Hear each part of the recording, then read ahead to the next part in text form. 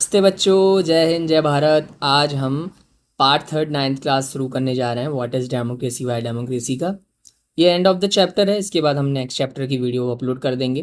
पहले ये लास्ट जो पॉइंट्स हैं वो हम कवर कर रहे हैं। पहला पॉइंट जो इसका रह गया है, पहला टॉपिक है arguments against democracy and second border meaning of the democracy. तो सबसे पहले हम कवर करते हैं slow decision making, first point of the this arguments against democracy का।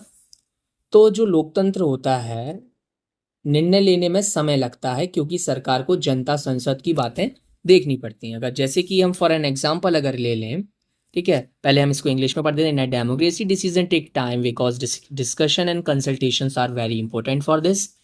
नाउ देख सकते हैं, अगर उदाहरण के तौर पे आप देख रहे हैं, जैसे अगर नया कानून बनाना हो तो पहले संसद में बहस होगी, फिर वोटिंग होगी, इसलिए समय लगता है। ठीक है, इसलिए ही किसी डिसीजन में समय लगता है, क्योंकि किसी प्रोसेस में, जैसे अगर हम एक और एग्जांपल ले लें, जैसे पापा ने कही कि कल मैं कार लेने की सोच रहा हूँ, कार ले लेते हैं अपन। तो पहले अपन डिसीजन तो करेंगे कि कार कितने की आ रही है, इसकी ईएमआई कितने की होगी, समझ रहे हो, सारी व्यवस्थाएं देखनी पड़ती हैं। ऐसे ही गवर्नमेंट को देखना पड़ता है, इसलिए first point slow decision making इसमें दिया गया है। ठीक है। Now second point is possibility of corruption, भ्रष्टाचार की संभावना। क्या भ्रष्टाचार होता है इसमें? इस एग्जाम्पल में कब होगा भ्रष्टाचार? जब सरकारी योजना का पैसा, फॉर एन एग्जाम्पल, पहले हम एग्जाम्पल पढ़ रहे हैं इसमें, सरकारी योजना का पैसा जो होता है वो गलत तरीके से इस्तेमाल हो, miss use of money, government schemes, जो भी स्कीम्स का पैसा आ रहा है उसका नेता गलत इस्तेमाल करें, तो एब्सोल्युटली पॉसिबिलिटी ऑफ करप्शन होता है। नाउ हम डेफिनेशन पढ़ लेते हैं। डेमोक्रेसी में have corruption if leaders miss use their powers. Okay. ना थर्ड पॉइंट में हम देखते हैं कि कंपटीशन राजनीतिक कैसे होता है, मतलब पॉलिटिकल फिक्कन जो कंपटीशन चल रहा है वो कैसे हो रहा है।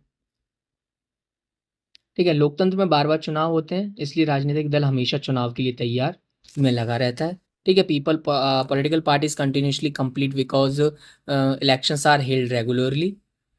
एक तरह से रेगुलरली इलेक्शन चलते हैं, क्योंकि अगर अच्छा काम नहीं करेगी, अच्छी पॉलिसीज नहीं लाएगी, तो डेफिनेटली अगली बार वो नहीं आनी है। इसलिए वो जब भी जीत जाती है वहाँ से पहले से ही शुरुआत रखती है कि हमें अगली बार फिर से जीतना है, तो उस हिसाब से वो तैयारी रखती है पहले से ही। इस पॉइंट का मतलब ये है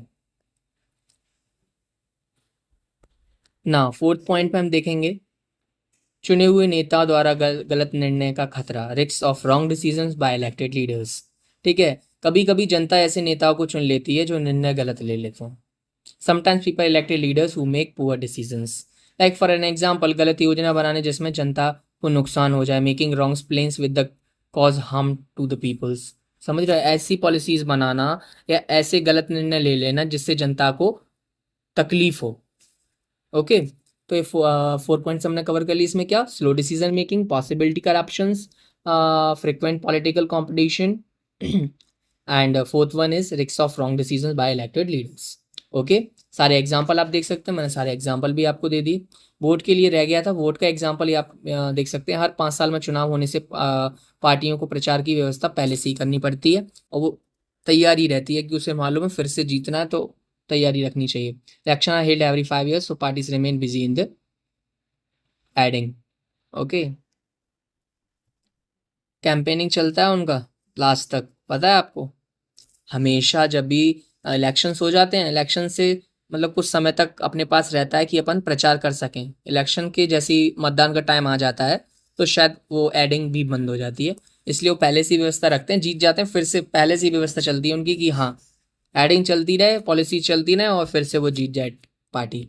ओके, सारे एग्जाम्पल देखो कवर कर लिए अपन ने ना। नाउ हम देखेंगे border meaning of the democracy, लोकतंत्र का व्यापक अर्थ। तो सबसे पहले हम इसमें कवर करते हैं democracy as a form of government. लोकतंत्र एक शासन प्रणाली के रूप में कैसे है? लोकतंत्र एक ऐसी सरकार है जिसमें जनता अपने प्रतिनिधि चुनती है। Democracy is a form of government in which people elected their representatives. ठीक है, लोकतंत्र डेमोक्रेसी एक ऐसा फॉर्म है जिसमें पीपल डायरेक्टली अपना जो इलेक्ट कर सकता है पीपल को बाय वोटिंग। ओके, उदाहरण के तौर पर भारत दुनिया का सबसे बड़ा लोकतांत्रिक देश है। India. Second point, democracy as way of life. ठीक है, लोकतंत्र जीवन जीने का एक तरीका है, रूप में। तो लोकतंत्र केवल सरकार नहीं बल्कि जीवन जीने का तरीका भी है, जहाँ सभी एक का सम्मान होता है। Democracy is just not a government but way of life based on the equality freedom and respect. उदाहरण के तौर पर घर या स्कूल में सभी की राय सुनना, listening to everyone opinion at the home और school.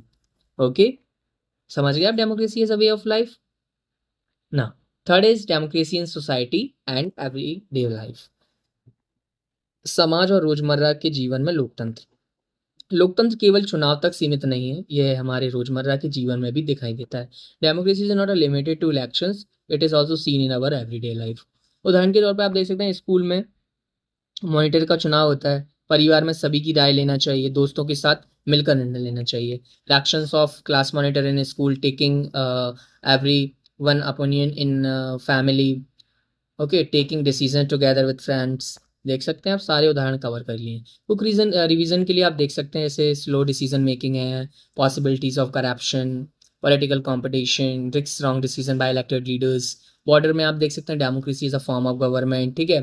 Democracy is a way of life, democracy is society of everyday life. बहुत सिंपल चैप्टर है, कुछ ऐसा इसमें टफ कुछ नहीं है। अगर आप बहुत अच्छे से पढ़ते हैं तो सारे अच्छे से टॉपिक कवर हो जाएंगे। मैंने इतने अच्छे तरीके से इसमें लिखा है विद हिंदी एंड इंग्लिश, तो आपको अच्छे से समझ में आना ही है। ठीक है, सारे पॉइंट्स हमने कवर कर लिए हैं। इफ देयर एनी क्वेरी तो just comment me, I will definitely reply. तब तक के लिए जय हिंद, जय भारत। मिलते हैं अगले चैप्टर में।